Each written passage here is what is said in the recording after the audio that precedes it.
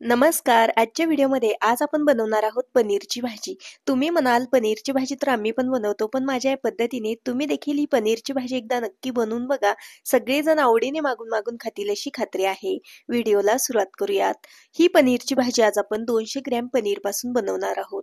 त्यासाठी या इथं 2 मोठ्या आकाराचे कांदे उभ्या पातळसर स्लाइसेसमध्ये चिरून घेतलेले आहेत. कांदा चिरून झाला की या इथं मोठ्या आकाराचा लाल रंगाचा टोमॅटो अगदी छान असा चिरून घ्यायचा आहे.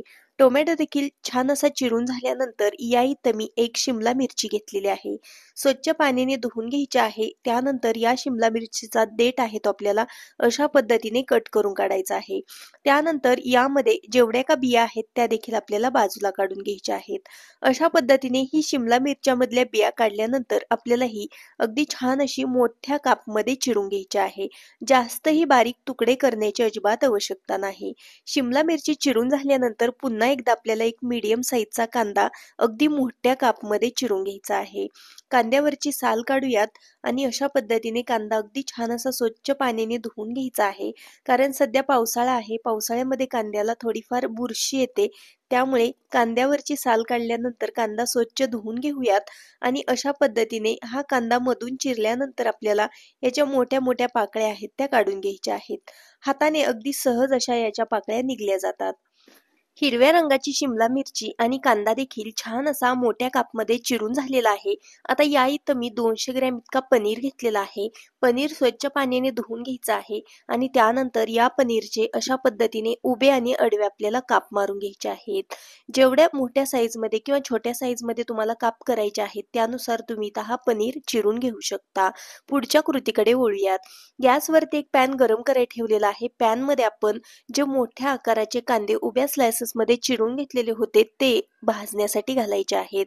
कांदा लवकर आणि छान भाजावा यासाठी थोडंसं तेल घालायचं आहे आणि हा कांदा अगदी हलकासा सोनेरी रंगावरती आपल्याला भाजून घ्यायचा आहे. कांदा जास्तही डार्क करण्याची अजिबात आवश्यकता नाही. कांदा भाजत आला की आपल्याला यामध्ये चिरून घेतलेला टोमॅटो घालायचा आहे. सोबतच घालायचे आहे 3 ते 4 छोटेसे आल्याचे तुकडे आणि काही लसणाच्या पाकळ्या घालूयात. हे व्यवस्थित असं आपल्याला मिक्स करून घ्यायचं आहे. टोमॅटो अगदी हलकासा मऊसर होईपर्यंत आपण परतून घेऊयात. या सर्व भाज्या लवकर आणि छान शिजाव्यात यासाठी यामध्ये अगदी पाव चमचे इतकं मीठ घातलेलं आहे. व्यवस्थित मिक्स करून घेऊयात आणि याच्यावरती झाकण ठेवून या भाज्या आपल्याला अगदी 1 ते 2 मिनिटासाठी छान अशा वाफवून घ्यायच्या आहेत. गॅस लो टू मीडियम ठेवायचा आहे. 1 ते 2 मिनिटानंतर यामधला टोमॅटो छान मऊसर झालेला आहे. ह्या सर्व भाज्या आपण पॅनमधून बाजूला काढून घेऊयात. आता त्याच पॅनमध्ये आपल्याला चिरून घेतलेला पनीर आहे तो हलकासा फ्राय करून घ्यायचा आहे, भाजून घ्यायचा आहे. असं केल्याने पनीरला थोडाफार काही कुमट वास असेल तो देखील निघून जातो. गरम पॅनमध्ये पनीर हलकासा भाजून घेतल्यानंतर गॅस बंद केलेला आहे. त्यानंतर भाजून घेतलेले सर्व जिन्नस थंड झालेले आहेत त्या एका मिक्सरच्या भांड्यामध्ये काढून घेतल्या. यामध्ये फ्रेश कोथिंबीर घालायची आहे आणि पाण्याचा वापर न करता हे वाटण आपल्याला वाटून घ्यायचं आहे. हे पहा या पद्धतीने. वाटण वाटून झाल्यानंतर पुढच्या कृतीकडे वळूयात. गॅसवरती कढई गरम करायला ठेवलेली आहे. फोडणी करता मी 2 पळी इतकं तेल घातलेलं आहे. तेल छान गरम झालं की यामध्ये आपण एक मीडियम साईजच्या कांद्याच्या ज्या पाकळ्या काढून घेतलेल्या होत्या त्या यामध्ये घालायच्या आहेत. आता ह्या कांद्याच्या पाकळ्या आपल्याला हलक्याशा या तेलामध्ये परतून घ्यायच्या आहेत. जास्तही करपवण्याची आवश्यकता नाही. कांदा परतून झाला की शिमला मिरची आपल्याला यामध्ये घालायची आहे. ती देखील आपल्याला छान अशी परतून घ्यायची आहे. कांदा शिमला मिर्च छान अशी परतून झाली की यामध्ये बनवून घेतलेलं वाटण घालायचं आहे. आता हे वाटण देखील आपल्याला थोडंसंच परतून घ्यायचं आहे. कारण या वाटणामधल्या सर्व भाज्या आपण छान अशा भाजून घेतलेल्या होत्या. त्याचबरोबर शिजवून घेतलेल्या होत्या. त्यामुळे जास्त परतण्याची आवश्यकता नाही. त्यानंतर काही सुके मसाले घालूयात. पाव चमचा हळद पावडर, 1 चमचा धना पावडर, 1 चमचा बॅडगी मिर्च पावडर घातलेली आहे. 1 चमचा कांदा लसूण मसाला घालूयात. याऐवजी ठेवणीतलं कुठलंही काळं तिखट घालू शकता. 1 चमचा किचन किंग मसाला घालायचा आहे आणि हे सर्व मसाले व्यवस्थित असे मिक्स करून घ्यायचे आहेत. न चुकता आपल्याला यामध्ये किचन किंग मसाला घालायचा आहे. कारण आपण या भाजीमध्ये कुठलाही पनीर मसाला ॲड केलेला नाही. त्यामुळे किचन किंग मसाल्यामुळे ही भाजी अगदी टेस्टी बनून तयार होते.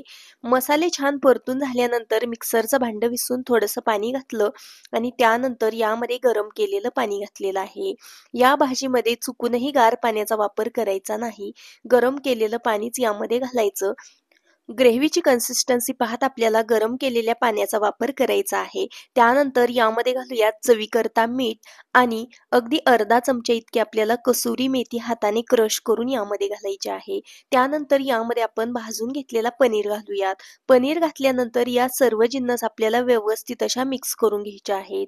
मिठाचा वापर आपण भाज्या भाजताना देखील केलेला होता, त्यामुळे अगदी बेतानेच इथं मिठाचा वापर करायचा आहे.